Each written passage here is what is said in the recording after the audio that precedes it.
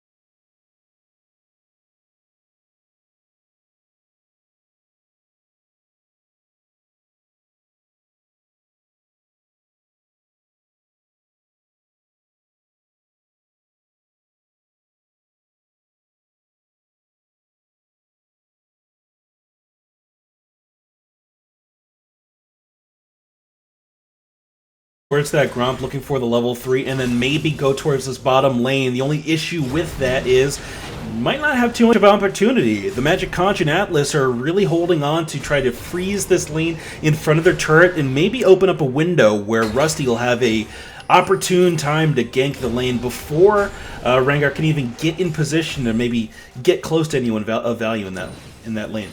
Well, if you actually look at Rengar's lanes currently, then you actually see mid lane actually going very aggressive onto Prantic here. But Prantic is very, very just shoved, like highly shoved up. In the bottom lane, you also see that the red side bot lane is also shoved up. So Rengar can't really gank any of these lanes just yet. But another thing that you actually see from Rengars nowadays, maybe level 4, level 5, is they'll actually go into the lane and gank from the bushes, just knowing the leap range of Rengar is actually crazy. And the certain ganks that you can do, bot lane, they can be up. Bot lane death sentence onto Saphira from the Magic Conch. Exhaust thrown down as well, just for the slow to try to keep him in place. Atlas wasn't quite paying attention to that CC early enough, and because of that, Saphira is able to make it out. Good deadly flourish coming out of Saphira from off screen keeps Caitlyn in place. Rengar is looking to try to pick up a kill here, but looks like Rusty's already in position to defend his bottom lane. Yeah, very defensive style counter gank actually coming out from Rengar there, just in case the Elite 8's bottom lane actually opted to gank there, since they were very comfortable with the Hecarim actually being there just for that type of dive pressure. Thing is, Rengar's just going to be there very defensively. He hasn't gotten any ganks off yet, no counter ganks. He did go into the bot lane just a couple seconds ago, but knowing in the mid lane, this LeBlanc didn't get nerfed, Corki did. It's not really looking good for Corki in this case. He can't Valkyrie in anymore like he did last patch. Gonna have a hard time here against Draconics. Prantic really needs to make sure that he's careful here. One thing I did notice on that bottom lane is the Elite 8 did not opt to farm the next wave coming up to the turret, so now this minion wave is not really in an advantageous positioning, opening up a window for a freeze. Mid lane Prantic going aggressive against Draconics. Just as we were saying, who's gonna have a hard time. Frost Bomb will connect, but they trade 1 for 1.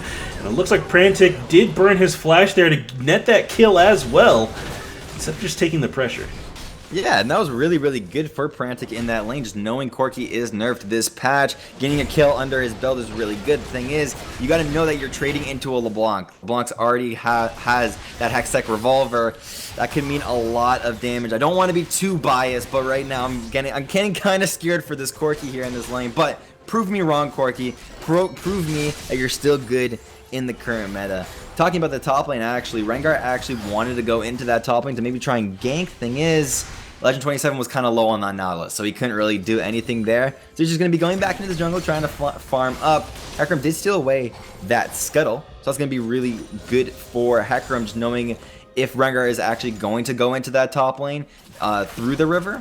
That's really good vision for him, but Rengar, he needs to do something in this early game. And the thing is, the Elite 8's bottom lane is playing really, really, really good. Yeah, Huang Feng Huang Fem? Oh, dude, I'm not getting it, man. There you go. All right, yeah, you're right. It's the hardest one. Huang Fem just taking very low, some chunking going down there. Prantic chunked down to half-life on one trade, despite him having a Hex Drinker. He's able to get a Frost Bomb back on Draconics, which does even up that trade a little bit more.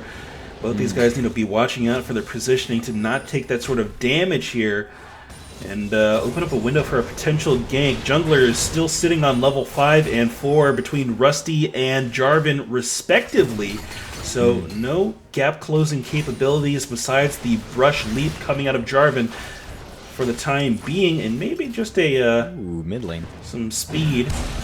Draconics going aggressive against Prantic yet again. It looks like Prantic picks up the kill here. Doesn't have that flash which he had burned earlier to get that kill underneath the turret, so they're going to trade 1 for 1. The last kill going to Rusty. Bottom lane, looks like the death sentence does connect on Saphira.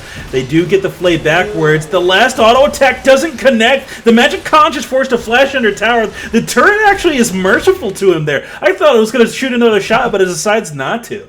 Yeah, it looked like the chain was actually going to be on him, like the tower shot was going to be on him, but Tower said, nah, I'm good. I don't really want to do it. He would have survived anyways, but just saying, for the next time that happens, we'll see what actually happens with that tower shot. But that was actually really, really good by Elite 8's bottom lane. They knew that Rengar was in that top side, just knowing Rengar was He was topside, went to the jungle, cleared some stuff, went back into the topside. I don't know if that was just, I guess, just skill in the lane, or maybe there's some communication. It sounds very advanced, but it's a very big possibility. Rengar's actually going to be yanking that. Top lane, he's actually got that level 6, comes in immediately, but he's already thrown down the red carpet. Blastona's looking for the 2v1 kill here. He is overheated now, so he doesn't have anything to really stop the rest of this gank from going down, besides his own 2 feet. He's looking to walk this one out. Pump fakes his way into the tri-brush and then heads back into his own jungle here, able to definitely survive that top lane 2v1. I do actually want to commend Blastona's Rumble mechanics here, because what he's been doing this whole entire laning phase is he's kept his yellow bar on, just yellow, for the whole entire laning phase. He hasn't dropped maybe to white once, but he's always used his abilities over and over again. He's always stayed in that yellow range, which is really good for him for those counter ganks. Mid lane Prantic under fire yet again, goes down to the gank. Rusty is really making his rounds around the map. Yeah, and we're starting to see that nerf from Corki actually come into play. That Rocket's not doing a lot of damage here. LeBlanc, she got that 1 kill in the early game, even though it was traded for the first blood. Hecarim opting to actually go into the mid lane, give LeBlanc some pressure off of that. She's got a kill for herself, which is really, really good. She's also pushed out the wave here, denying Corki of even more XP that he could have gotten. But Corki is just going to back. He doesn't have that package up just yet, so he can't actually roam with anything. But we're already starting to see the Elite 8's mid lane and jungler actually go towards this dragon and maybe actually go for a gank here. Yeah, looking to potentially path down here into that bottom lane. Everywhere else for the Elite 8 is pretty much stabilized, and it looked like the Magic Conch is really itching for a fight there in the bottom lane based on his positioning. Top lane, once again, Blastona just trading back and forth here, really putting the Legend 27 under pressure. Good snare out of Saphira on that Jhin, keeps the Magic Conch in place in that minion wave, and now Prantic with the package is roaming down to the bottom lane. Can he find a window to get in onto this bottom lane duo? I think that the Magic Conch is most likely their target, as he has no flash. Phosphorus Bomb goes down. It looks like they're actually changing targets onto Atlas. Atlas does go down. Jarvan, the 420th, shows up. The second swipe of the Q doesn't actually connect with the Magic Conch, but it's going to be the big one from Prantic. Picking up that kill. Draconics actually misses the chain. That means the kill's not going to happen. And once again, Jarvan, the 420th, is able to slide his way out of danger. And that's one thing that I love about the new LeBlanc, is that there's actually counterplay to her kit. That sounds very weird, but the thing is, with the old LeBlanc, you can very easily Q and then RQ, and it can do a lot of damage. Now what you actually saw there was you actually saw her W. She did not wait for her passive to fully regenerate on that Rengar. And then if she did that, she would have gotten the kill onto Rengar, but she immediately W-Q'd, which did not apply enough damage to that Rengar to actually kill him. Rengar was actually left with a little bit of HP, so maybe even an auto attack could have done it. But LeBlanc had to play very passively there. She didn't die. The thing is, she didn't pick up the kill, and she got a little bit she got a little bit punished for her roam there. Corki actually shoved that out and is going to be making the roam into the top lane. Death Charge dropped down onto Blastona. Once again, the second attempt at this gank. It looks like they might have him this time. What? The Rockets did not connect. Looks like he's just going to have to path back into them as he's got nowhere to run. Saphira drops Curtain Call, but Caitlyn drops one shot. She says, you can count to 4, but it's only going to take me 1 shot. That was really good by the Caitlyn there, just knowing her damage overall. And then the thing is, Jhin, he tried to disengage and then re-engage. Didn't really work for himself there. Zyra did try and roam. Zyra actually going to be successful. Oh my goodness, so much damage coming out of the box, combined with that Piltover Peacemaker, Atlas, and the Magic Conch, and just showing how much control they have over this bottom lane. Absolutely insane. And basically this Caitlyn's been this almost kind of pick that really hasn't been picked too much. Maybe if Varus or Jhin was banned, then people would opt to go for the Caitlyn. But the thing is, last patch, Lethality had a very small nerf, but it was to the point where Varus isn't really being played as much anymore. But players that do play Caitlyn, they played a lot of Caitlyn last patch, are starting to actually shine this patch. And you're starting to see that there in the bottom lane. Blue team, bot side, going to be taking that first tower and getting that first tower gold of the game. At the 12-minute mark here, that first tower does put us up 2k gold in the lead for the Elite 8, so we'll see how these guys choose to spread that advantage. A lot of the gold lead now sitting on both Caitlyn and the LeBlanc, so definitely the two people on that squad that you want to have their pockets full of money. Top lane, it looks like Jarvan the 420th is coming in for yet another gank. Bola actually does not connect. And now Blastone is able to potentially walk out. Good sidestep of that anchor toss keeps him safe and actually buys some time for Rusty to get in position for a potential counter gank. It looks like the Legend 27 is just going to farm this one out. Rusty's just going to get these honey fruits and maybe look for something in the mid lane. And all this pressure from Blastona has forced the Legend 27 onto a Spectre's Cowl instead of maybe like a Bammy Cinder or something like that. And it feels like it's really starting to affect his laning phase, really toning down his wave clear and thus making him lose a little bit control of those minions. And you're already starting to see that in the top lane where Nautilus is getting shoved in constantly. Rumble is basically just not hard shoving the lane for that main reason. Knowing that he can't really wave. Rusty in trouble now. Second Q from Rengar actually doesn't kill him, but he's able to get another jump there. It's going to be Jhin with the assist there from the long range. Curtain Call not connecting with anyone else, but the hook, the Magic Conch does get a flay back, but they just do so much damage. He goes down in the middle of a Stranglethorns. 5-man squad for the Sleeping Knights now pathing towards that dragon. No, it looks like Prantic goes to the mid lane. Exhaust drop down onto Atlas. Draconics in the area to assist in case Atlas needs it. But on the other side, the Sleeping Knights pick up that first Infernal Drake of the game. Yeah, and trading that first Infernal Drake of the game, they're going to be actually getting that top side tower, which is good. But we're starting to see the rest of Sleeping Knights actually opt to go to the mid lane to put a lot of pressure down on this tower, which is actually really good. The roam overall by the Nautilus was actually very, very effective there. And we're starting to see the effectiveness even more. Legend 27, good hook down onto Caitlyn. Atlas goes down, but they trade 1 for 1 thanks to this turret damage. And once again, without that armor, he can't quite take it up. They pick up a second kill for their efforts. Prantic caught out by the rest of the squad, and now it's the Elite 8 who have the pressure on the map, and they might be just looking to push forward towards this mid lane straight away.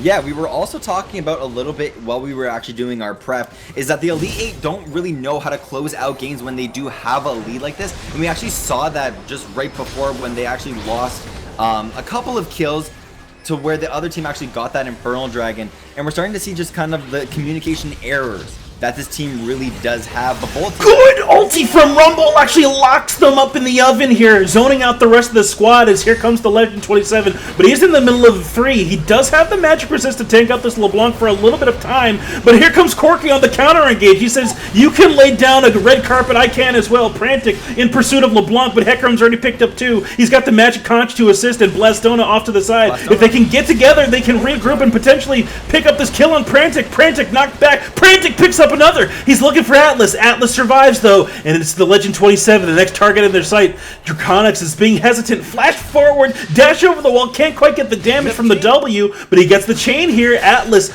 no traps available, I guess, to try to keep him in place a little bit longer. And Nautilus is able to walk out of that one. He's incredibly tanky for a guy who's only got a Kindle Gem and a Spectre's Cowl. We were talking so much about this Rumble pick and champion select, how it could be maybe even a placeholder at one point.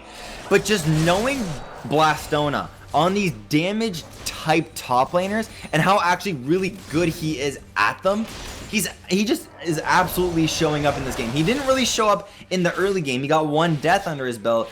But then we just saw there that he laid down a perfect equalizer in that small corridor. He's basically saying, guys, what you're doing, you're basically just setting me up to be this superstar. All I have to do is just press R and then point it in a line and I can just kill basically 3 members of your team. And we're starting to see that there in this game. He's an absolute monster on that Rumble, but it was also really good from the rest of his team to actually follow up and look for those opportunities. But Prantic coming out with that counter package in a sense, counter equalizer even.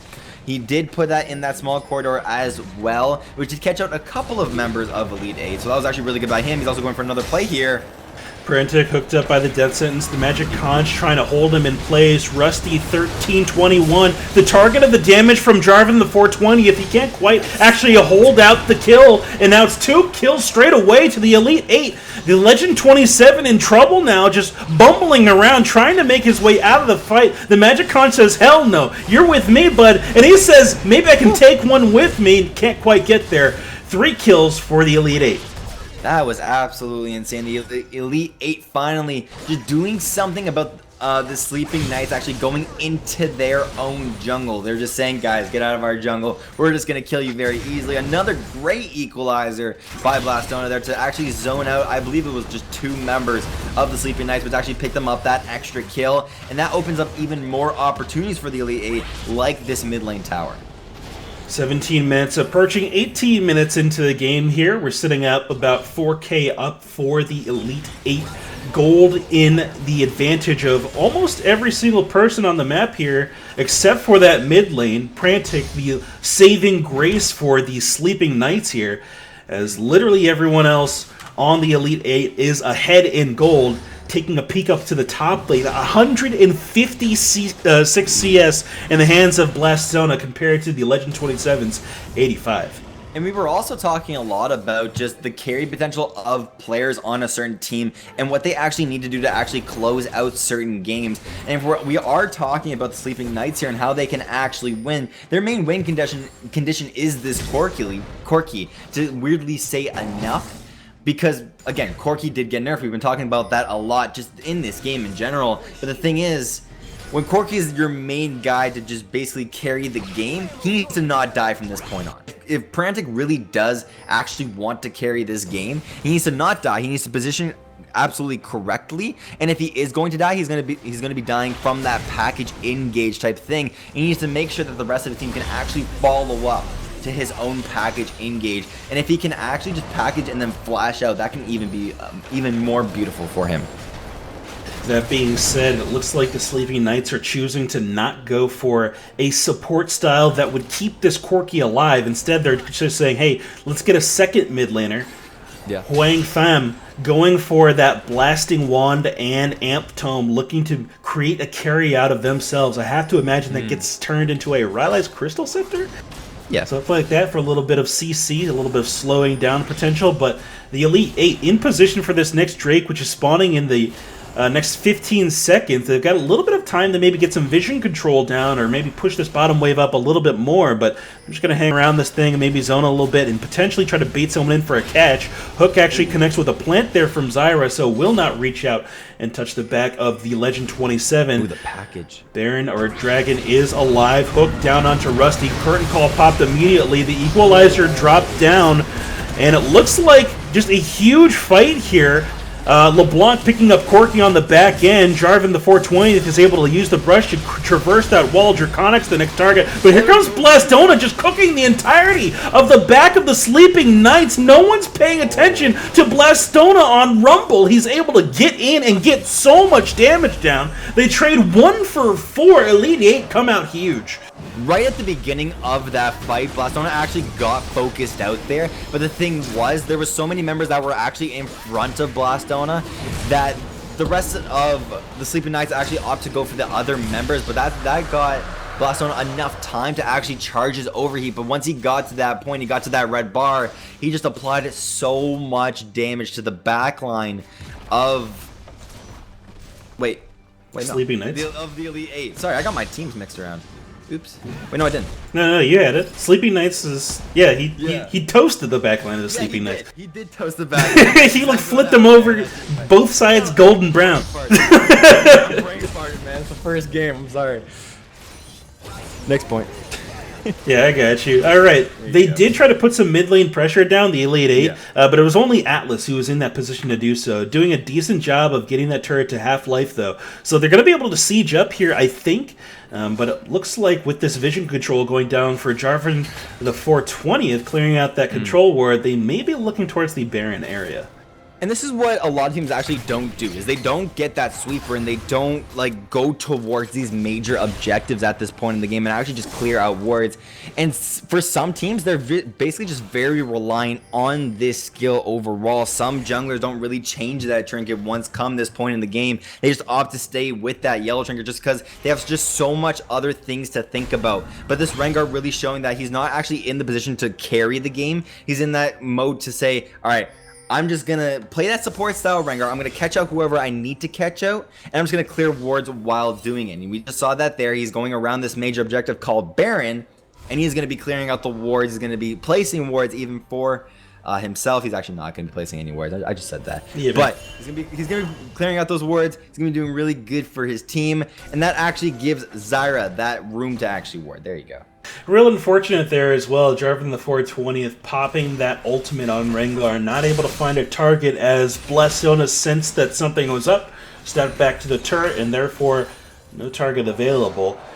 Baron lit up like a Christmas tree by both teams here. A lot of vision around the area, but I don't believe that the Sleeping Knights have actual vision inside the pit itself. Yeah. The Magic Conch now clearing vision from the back of the red brush means that, or the red pit, means that they are in sole control of this area outside of some blue wards that are now just going down from long range. The rest of everyone on the Sleeping Knights who used to have a yellow trinket now has a blue one. Yeah, we were also talking just a lot about the ward placement from the Sleeping Knights there. Rengar did go around that Baron, allowed Zyra to actually place wards down. The thing is, like you just said, Zyra didn't place any wards inside of that Baron or even in the enemy jungle. There's actually 2 wards that are placed. I believe one of them is a blue trinket. The thing is, there's going to be a fight. Never mind.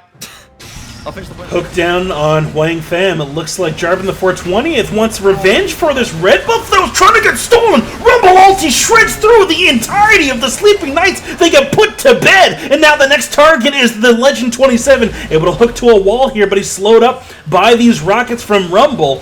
Oh my goodness. Blastona with a beautiful Rumble ulti. This is exactly where the Elite 8 want to fight. They want to fight in the jungle areas just because of these small type corridors. If they can get into those small type corridors, that's where Blastona and Rusty really do shine with the Equalizer and the Hecarim ult combo together. And we just saw that in that fight. That Rumble ultimate zoned off 3 members, and that's when Hecarim literally just went into all 3 of them and feared them into the Equalizer. That was absolutely insane synergy coming out from these 2 players here. They just got that mid lane tower, and there's a lot of options here. They can either just back to base, they can play a very defensive style game, get Caitlyn her red buff, or the very big option of actually just ditching that mid lane tower, going right for that Baron. That's also a huge possibility. All of these different possibilities coming up, but decision making as a team, they're going to go for more of a safe style route, go for that mid lane tower. They're going to get that. Now they have 5 towers to 1. This is absolutely insane. The gold lead as well. Almost a 12k lead. That's crazy.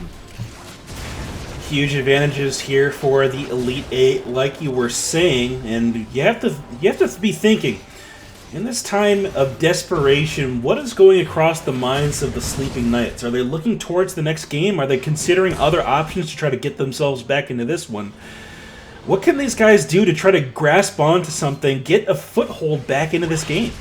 Well, yeah, you were just talking about mindset just then, and that's a huge just role that actually plays in these competitive style games. You practice as a team together all week, and all of a sudden you get together on this one day, it's a best of 2 series, and you're losing this game. So at this point, you're thinking, crap. You know, we're losing this game, but that's when you need that one player on your team to actually just say, guys, we got this, don't worry about it, we're going to come back in this game. And that one player can sometimes actually mean just the game overall, and just can actually rise the team spirits just overall as a team. And the thing is, to actually get back into this game you were talking about just then, is they need picks. They need a lot of picks. They need a lot of vision, and they need a lot of picks. Because once they get those, that's when the gold lead kind of comes together. And that's also when the Elite 8 maybe try and go for a desperation call in some ways. Like if they just wanted this game to end, just go Baron. Let's just try and go Baron. Thing is, if Sleeping Knights have wards on it, there's that huge possibility of a steal actually coming down. But the thing is, Elite 8, they're looking at mini objectives. They're looking at mini goals. And we've been seeing that all game. They're not actually going for this Baron even 6 minutes after it spawns. They're going for mini goals. They're going for towers. They're going for the dragon here that's going to be up in 10 seconds. And it's actually a mountain dragon, which could actually help them push lanes. And it also helps them get the Baron overall when that time does come. So while these guys, it looks like the Elite 8 have full control of this pit. It might be that the Sleeping Knights are going for that desperation call. They're all grouped around the Baron pit, and they're expecting the Elite 8 to go for this dragon take. They're saying, hey, if you go for that dragon, we will go for the Baron here, or at least attempt it. And Blastona and the Magic Conch say, in response to that, we're going to put ourselves in a position where we can respond to both threats. We only really need 2 guys to take this dragon, and as long as Blastona is around the Baron pit, I don't believe that the Sleeping Knights can even attempt it. And I love this buddy up system that they've actually set up, the Elite 8 have actually set up together. They put the Thresh, the LeBlanc, and the Thresh together. And that's a lot of damage, and it's a lot of just overall, I guess, disengage if they do get in that situation.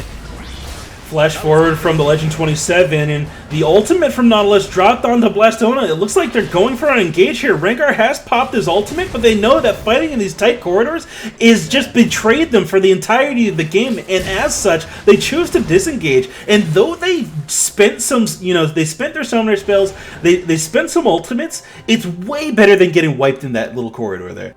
I love the Elite 8's mindset when it comes to those different types of situations, because you saw them all grouped into the mid lane and they didn't go back towards their tower. They went straight into the enemy jungle. Just knowing how much damage they actually do in the enemy jungle is absolutely immense. They say, I don't want to go back towards my tower because this leaves us in an open position. And the thing is, the Sleeping Knights want to fight in the open positions. They want to fight in the mid lane, because that's where the Rumble ult is least effective, or at least or a lot less effective in the open lanes than in the jungle. So that's when the Elite 8 shot caller just said, let's just go into the enemy jungle. If they end up chasing us, we can easily fight here, even without the LeBlanc here. Now they also opt to actually go for this red buff here, which can also maybe catch out this Rengar if he's not too careful. Yep. Rengar backing away there, Jarvan the 420th, really not wanting to get too close to the fire pit that is Blastona on this Rumble. Rusty, that frontline Hecarim, also doing a fantastic job of getting people into that ultimate and keeping them there as long as possible. Oh, Atlas. Atlas, maybe in the wrong place at the wrong time, jumped on by Jarvan the 420th, just regroups with the rest of the team and instead pops the flash of the enemy Rengar. The rest of the Sleeping Knights are forced to disengage towards their turret thanks to another well-placed ultimate from Blastona. And during this entire time, Draconix is just auto-attacking a turret down on LeBlanc, split push LeBlanc, I guess. And this is really bad for the Sleeping Knights here, because you know that Rengar in the current meta isn't as good. Wait a minute. Hook goes in onto Blastona. They know that the Rumble ulti is down. This would be their time to engage if they want to go for something. They choose to just pander around and disengage. They're waiting for the frantic package to show up, but that only opens a window for the enemy team to disengage. The Legend 27's been doing that all game. He's been trying to engage, but the rest of his team aren't really on the same page as him, which basically just tells you one thing. The Legend 27 is not communicating with his team. He's not saying, guys, can I engage here? Or, guys, I'm engaging. And then goes for the certain break. He's basically being that silent style of top laner where he's just basically hooking, hoping it hits, and if it hits, the rest of his team is just saying, wait, you just hooked someone. Wait a minute. We have no idea that you're actually doing this. And he's also not waiting for his team. He's basically playing like a very solo queue style player if you're playing a damage style top laner, where it's getting to the point where you're just engaging and hoping that you actually do enough damage to the target that you've actually hit, or just praying that your team follows up somehow with miscommunication. It's not really a good mindset to have when you're in a team setting like this, and I hope the coach of this team actually catches that out. But talking about the rest of the Elite 8 here, they're actually just starting to rotate in between these lanes, and this is where we actually seen them just kind of fall behind in some cases because they don't really know what to do with their lead. They've either went into the mid lane, but they're going to maybe get a pick onto the Zyra. Zyra hooked in, but they're not going to commit to it. And like you were saying, these guys need to find their next target. What's the next thing that they're going to put between the crosshairs? Because it's starting to slow down. Things are definitely coming to a halt for the Elite 8 as they start to have to break through these inhibitor turrets, which are just the hardest ones in the game to get through. So if they keep stalling out like this, they're going to only give time for the Sleeping Knights to start scaling up, catching up in terms of their viability in these team fights, and they're not going to fall for this jungle baiting anymore. They need to start putting themselves in a real situation where the enemy team is in danger of losing the game, or they themselves are in danger of losing the game. AKA, these guys need to start pathing towards that Baron. There's so many opportunities. One of the opportunities that you just said was Baron. This is a humongous option just because they have that Mountain Dragon. The next dragon is actually going to be another mountain. So if they don't go for Mountain in the next maybe like 5 minutes or so, there's something wrong with your communication on your team. But that's a huge possibility. Another thing is when you actually go for Baron as a team in a competitive style setting, you don't have to shred down the Baron completely. You can literally just go onto the Baron just to bait it even, and then just make the main tank of your team actually tank the whole entire Baron, But then when the enemy team actually comes to try and fight you, just knowing how impactful your corridor style team fighting is, Baron would be a beautiful option here. Because the equalizer in that small corridor by Baron is really, really impactful if you actually get that off. So that's a huge option, but you also see the Elite 8 going for picks. Yep, driving the 420th once again, looking for a pick. Good Rumble ulti zones out the rest of the enemy team here. The Legend 27 all by his lonesome in the middle of 3. They stop the curtain call on the back end, and now here comes Draconics from the side looking for Huang Fam. He actually does find him. Flash in from Blastona looking for Prantic. He connects with his second Electro Harpoon. The hook actually connects onto Saphira as well, and the only one alive is the Knife Cat under the top lane turret, just forced to run away from the entirety of the Elite 8 as they now start running towards this Baron pit, looking to take out the big worm. Dragon gonna be up, Baron gonna be up. Thing is, Rengar, he does not have that ultimate anymore, so he almost kind of just has to pray. If he does actually try and go steal it, he's not gonna steal it.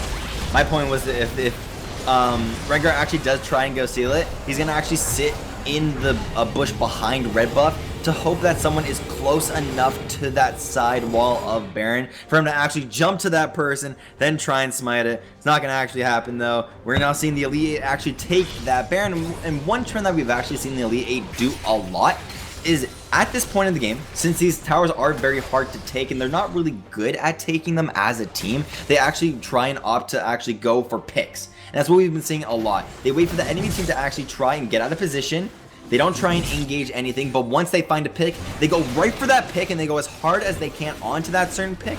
And once they get that pick, all of the floodgates basically just open up for their own team. They can do anything they want. They can take the wave. They can go and push to the inhibitor tower. They can take the inhibitor itself. Baron is also a huge option. That's what we're seeing in this game. They went from Baron back to base. They're not going to that Mountain Dragon. They got the Mountain Dragon. They have that extra pushing power from Baron.